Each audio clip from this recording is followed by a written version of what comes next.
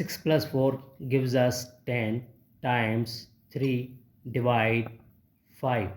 Then 10 times 3 gives us 30 divide 5. Finally 30 upon 5 gives us 6.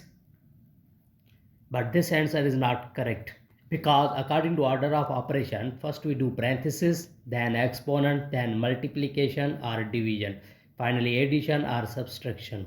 Remember that in multiplication and division have equal priority and we work from left to right. Same applies addition and subtraction.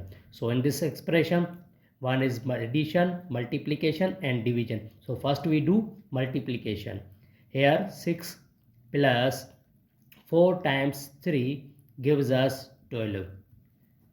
Divide 5. Now 6 plus 12 upon 5. Now 6 upon 1 plus 12 upon 5.